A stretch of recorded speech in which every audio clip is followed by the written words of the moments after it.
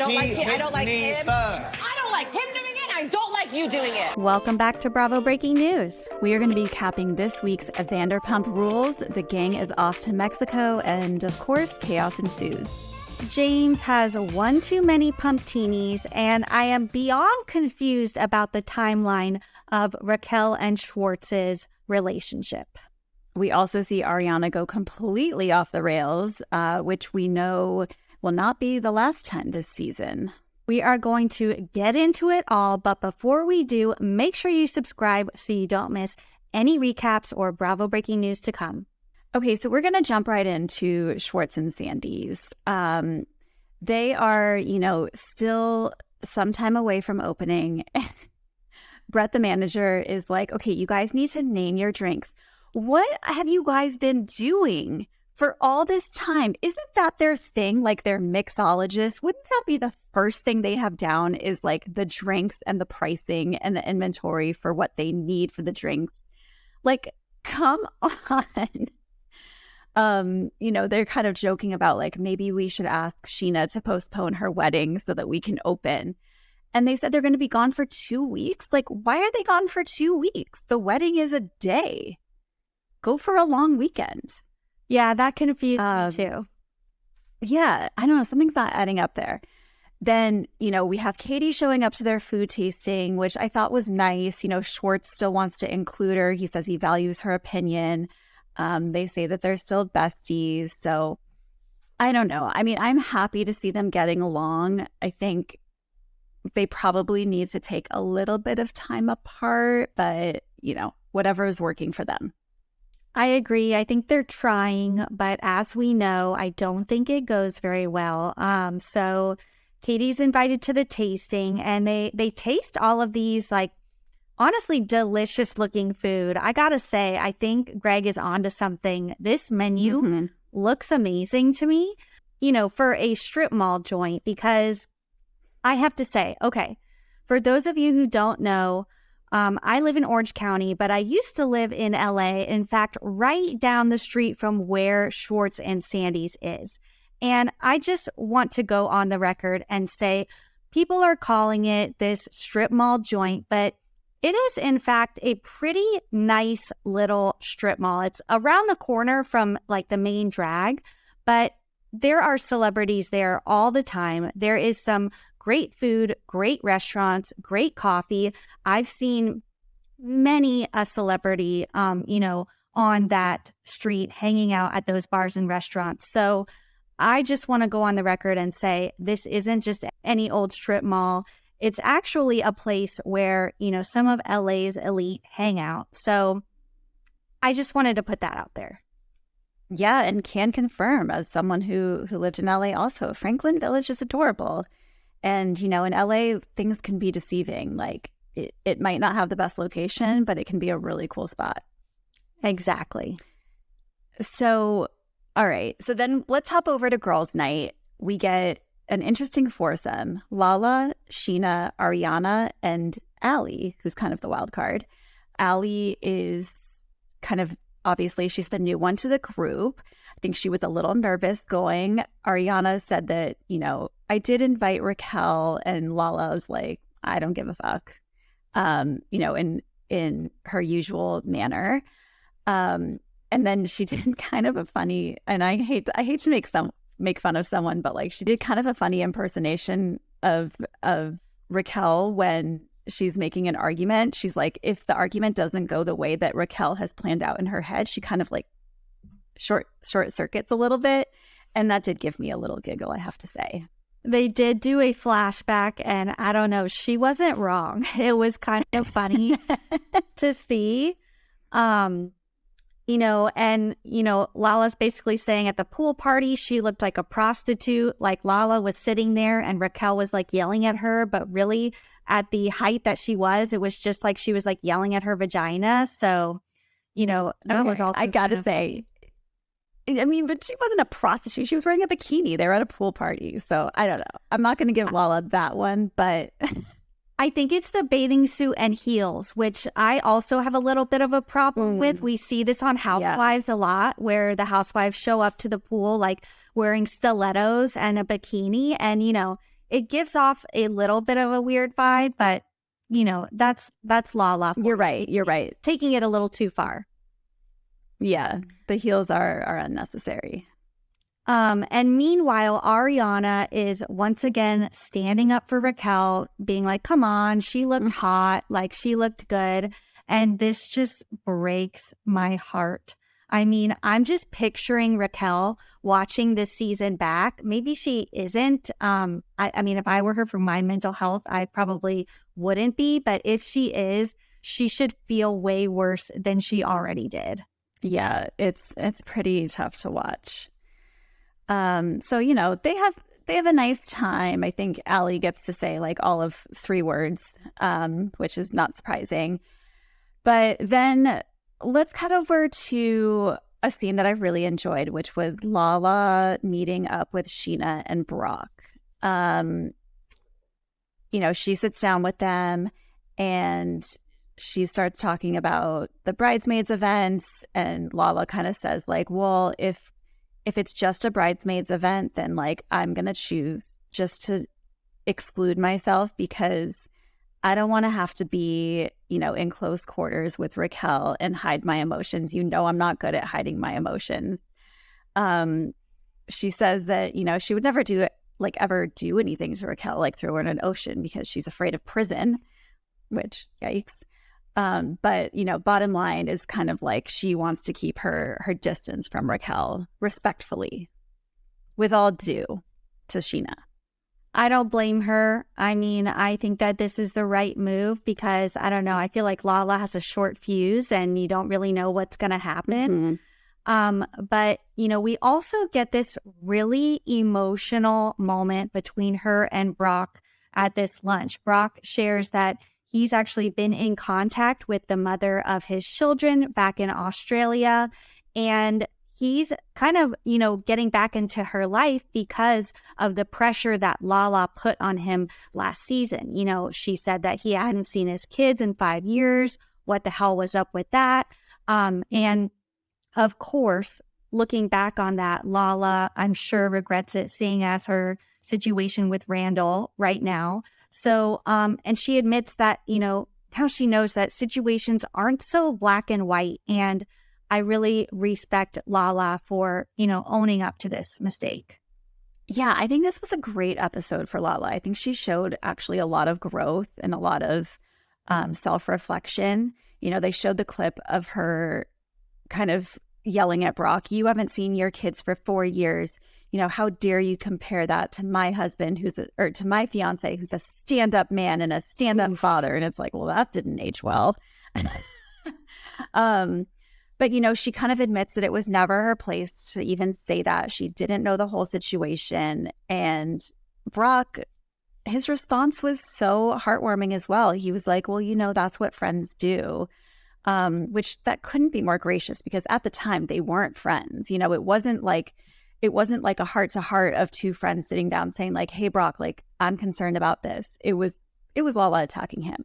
But Brock is really showing, you know, his maturity, I think, in just accepting her apology. And, you know, Lala goes on to say that Brock is an amazing husband to Scheana, an amazing dad, and he's even, you know, playing a really good role in Ocean's life. Like whenever they get together, she's like, Brock is so good to Ocean.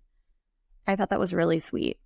I was definitely tearing up during this. I mean, you know, they've both been through a lot and have a lot of past, you know, struggles. So for them to kind of come together to kind of share this common experience that they've been through is, you know, really nice. You know, Brock basically says that he is going to help with both girls. You know, they've almost kind of adopted Lala into their life and have become this like close-knit little modern family. I don't know. Did they talk about like moving in together or something? Because I do know that I think Lala recently bought a house in Palm Springs right down the street from Scheana and Brock. So who knows? Yeah, wouldn't that be something, you know?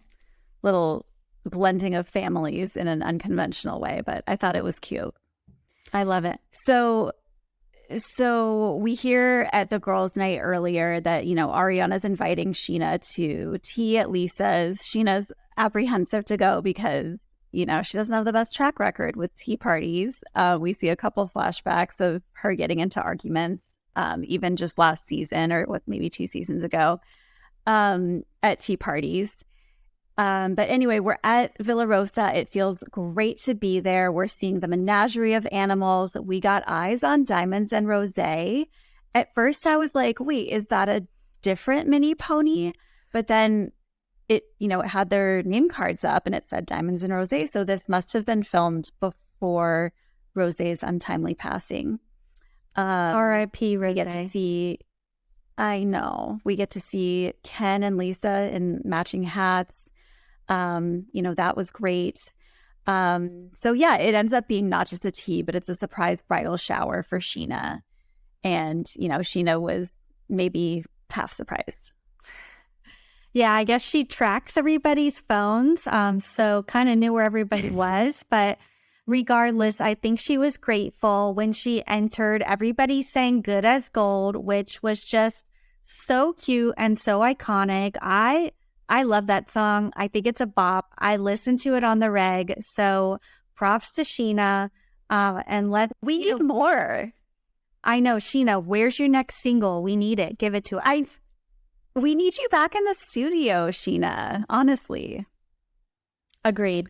So then we get James, he's drinking this season and he's having himself a pumptini for the first time in 3 years. So, he's letting loose. He thinks that Allie is not invited to the wedding because of Raquel. He thinks Raquel's in Sheena's ear. I think that's, not necessarily the case, but he says it's kind of an out-of-body experience for him to have to be around his ex-fiance all the time at these events. And that, I think he's onto something. Like, I do kind of feel bad for him for that. Like, you're trying to move on from someone and they're just constantly around. And it's like, it just makes it hard. So, but then in true James fashion, he's talking to Lala and he's like, maybe I should ask Allie to marry me in Mexico. And at first I was like, what is he talking about? But then it kind of made more sense as he was saying it as like to get revenge at Brock and Sheena, because they, of course, went off and got engaged at James and Raquel's engagement party. So yeah, I thought it was kind of funny once he kind of explained it that way. But it's like, no, James, just take a beat, dude. Take a beat. Yeah, he's moving way too fast with Allie. I do kind of like her, but I think she's definitely a rebound. I mean, it was like weeks, maybe a month or two after him and Raquel's engagement broke off that he started dating Allie. So things are moving way too fast. I think that him drinking again is he's kind of like spinning off the rails a little bit. But also, I hate to say it, but I think this is one of his best seasons yet, because we're getting a lot of entertainment from him. He is not holding back. There is no filter there. He is saying what he wants to say. And I don't know, most of it is true. We're getting pumptini. We're getting fine china. He's kind of being that annoying drunk. Lala is trying to keep him in check, but like in a nice way. James all of a sudden starts saying, I want to put babies in her. Allie's the one. And Lala, I thought, had a really good moment here too, where she was like, dude, bringing a child into this world is not a joke and you cannot take that lightly. And then James, oh my God, James. His comeback was, again, I hate to laugh because I do like Brock, but he was like, oh, come on, if Brock can bring a baby into the world, then why can't I? Just so classic James, like putting someone else down. But I did have to laugh. Anyway, Lala's nervous that, he might be teetering on the edge of his alcoholism. And I don't think she's wrong. And I thought it was so strange that earlier when we saw James's dad with his new teeth, he was kind of encouraging James to continue drinking. You know, he's like, I don't know how you DJ'd without having a drink. Like, I would never do that. And I just thought it was kind of weird for a parent to kind of, you know, encourage their child to do something that might be unhealthy for them. I agree. I'm not sure that drinking is the right path for James. He definitely seemed to be more level-headed when he was sober. But I'm going to try to separate that from me, like, totally loving him this season. I am Team James. I don't know. He's bringing it for me. So this tea party, while James is kind of, you know, getting drunk on one end of the party, we see Raquel and Schwartz kind of getting cozy in the corner over there while they are playing a little ping pong. You know, Schwartz is kind of opening up to Raquel about Schwartz and Sandy's and kind of saying that he can bitch to her about the business. He can't really bitch to anybody else about it. You know, and Raquel says, like, you know, they're just tight and maybe they're just going to get even tighter, you know, kind of like a vagina. And I'm like, oh my God, Raquel, like, I don't know.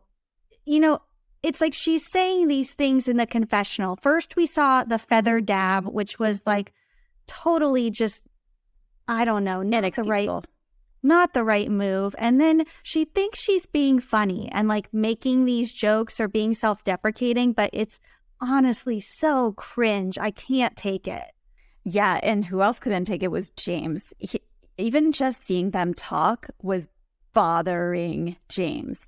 And I was like, this is not a good sign. Like, you obviously have not fully moved on from Raquel if you can't see her talking to another man without getting worked up about it and, you know, kind of dissing Tom Schwartz by saying, like, whatever, fat ass, go hit a treadmill. So I don't know. This has me worried for him. Again, I'm not sure James Kennedy is wrong because we see later in the episode, Tom Schwartz needs to work on his summer bod. He's got a total dad bod. And, you know, I'm personally not in the best shape, but, you know, that's just a little dig at Schwartz.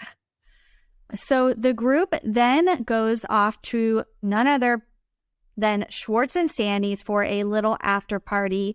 And James, once again, is like, how many soft openings are we having? We've had the Daily Mail party. We had like a, you know, tasting party with another group. And now we have like this after party. Like, when the hell is this place gonna open? They keep saying the 31st. Does it happen on the 31st? I'm not sure. But like, honestly, stop just bringing your friends to hang out at your new bar and open the goddamn bar.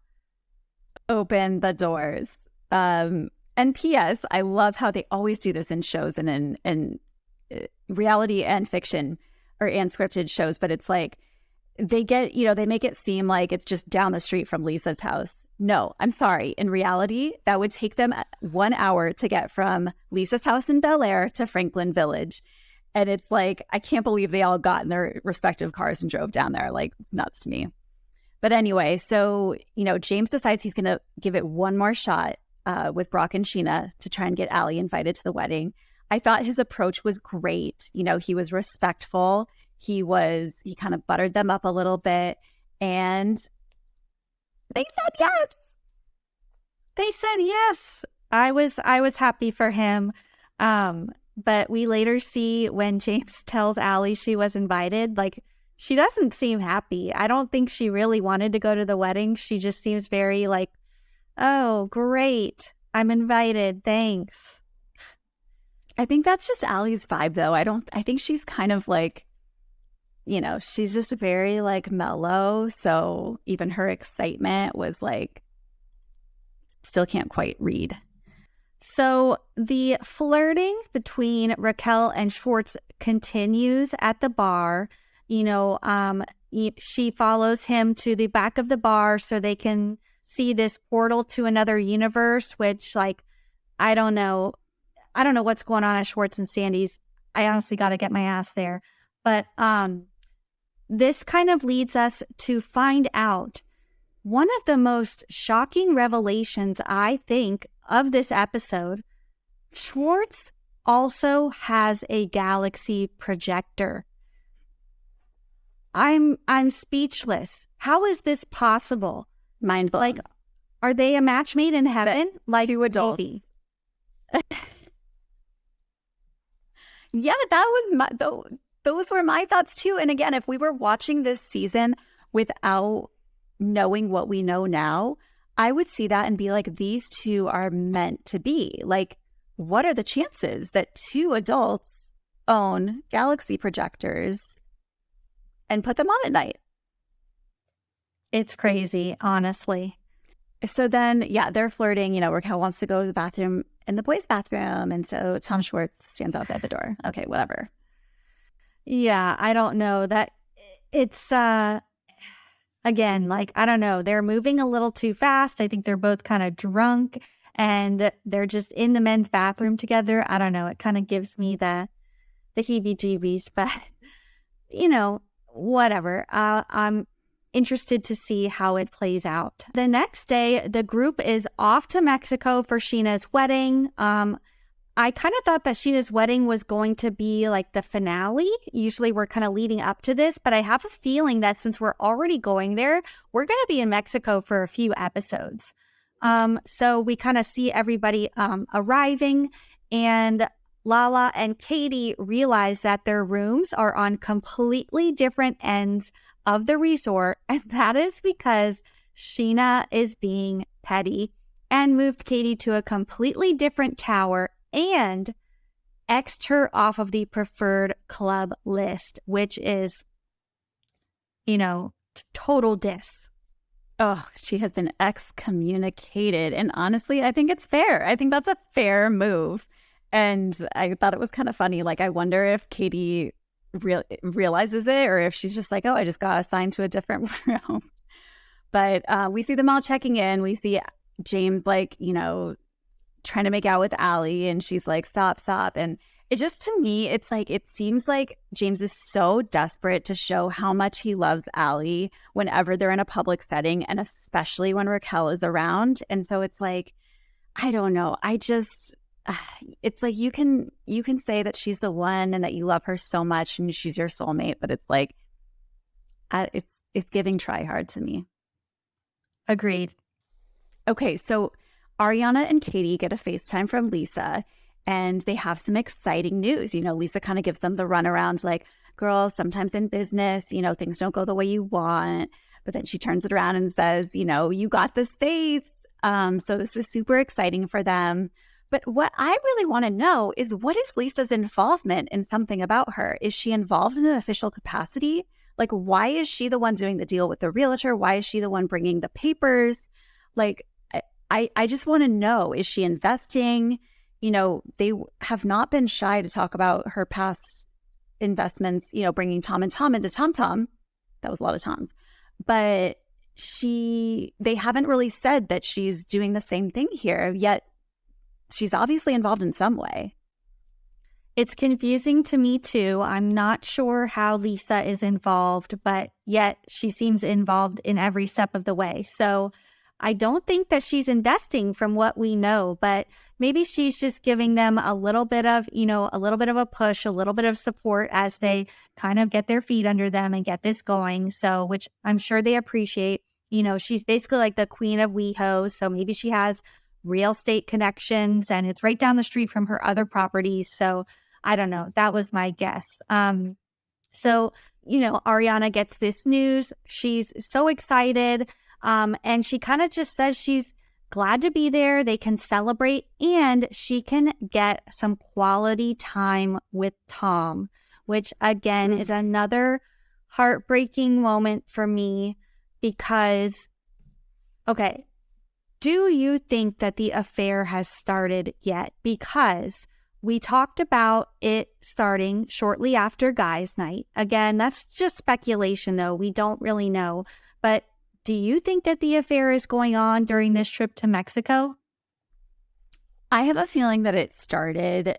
Maybe they haven't slept together yet, but I feel like they've at least kissed at this point. And I think that there's probably some flirtation going on in the background. What do you think? Yeah, I mean, I think at this point, something probably started, but it's also so weird because this is when her kind of relationship with Schwartz is starting. So it almost makes me believe that Raquel was the one who kind of, created this master plan and was like, while I'm hooking up with Sandoval, I'm going to make out with Schwartz to kind of deflect and, have people not even, not leave a trace of my relationship with Sandoval. It's just all so weird. I think you might be giving Raquel too much credit there. I don't know that she came up with a master plan. I think it was just she's single, she's making out with guys, and she's not really, she's just kind of going with it. That's my guess. Okay. But so then we come to the welcome dinner, and okay, we know this is an all-inclusive place, right? So I've never been to one of these places, but I assume it's like there's a dinner hall, you kind of just go, you sit down and order, and it is what it is. But we see Christina Kelly, who is a guest of Katie's, who is not attending the wedding, not invited to the wedding anymore. Christina walks in with Lala and takes a seat one chair away from Scheana, the bride of the weekend. And I am not okay with this. I'm sorry, but why did she think that was okay? And why did Lala think it was okay to stroll in with Christina, who's not involved in the wedding? Go sit somewhere else. Go sit on the other side of the restaurant. I agree. I kind of thought Christina Kelly was going to be better than this, but that is like a shady move. She was not invited to the wedding. She should not be around any celebrations having to do with the wedding. So I agree with you 100%. But that isn't the strangest thing that happens at this dinner, because we then get James walking in all heated, and we find out that something happened on their way over to dinner. So a friend of Brock's walks up to James, I guess, while he's on his way to dinner and says he knows him. I'm guessing it's because he knows him from the show. I think that this guy was drunk. Obviously he knows about Vanderpump Rules if he's at Scheana's wedding. And so he approaches James and is like, I know him. Hey, and James just body checks him. He apparently pushes him to the ground. And Ariana kind of had to try to save this guy and tell James whoa, this is just one of Scheana's wedding guests. Dude, don't go off the rails. And that didn't go over well with James. Yeah, so James is now sitting there fighting with Ariana because, he's like, I wasn't in the wrong. And Ariana's like, look, I was just trying not to have a fight go down, okay? Bottom line, it's not like he was some deranged fan who, is trying to murder you, It's like he was Brock's friend. He's a little drunk. He probably just came up and maybe he surprised you, but, you don't need to be a total dick about it. And Ariana's getting heated because James is a stubborn little child sometimes, especially when he's drinking. And she finally just screams, I don't like him doing it and I don't like you doing it, meaning getting physical. And it's just whoa, mom got mad. So meanwhile, Allie's sitting there in the middle and it's oh God, oh no. Yeah, Ariana is activated and she is taking it out on James. I mean, I don't know what she has. Maybe she knows this dude that came up to James and is trying to protect him, but I don't know. She seems a little bit very, very intense over this situation that seemingly had nothing to do with her. However, of course, I'm Team Ariana. Nobody should be fighting. James was totally in the wrong, but she is getting so heated about this. I wonder what else happened. Something else had to have happened to maybe spark this in her. It kind of ends in a to be continued. Allie storms off, and I think we're going to see a little bit more of this dinner next week. So hopefully we'll get some more details, but we're night one in Mexico and shit is already getting real. Yeah, absolutely. I think there's only so much more drama to come, and I can't wait to see it go down. I can't wait to see the wedding and see, Katie and Christina be the Muppets in the balcony, just kind of like critiquing everything. But, we're here. This is it. I hope you guys enjoyed our recap. Make sure to check out our merch and stay tuned. Subscribe for all things Bravo breaking news. We will be back next week.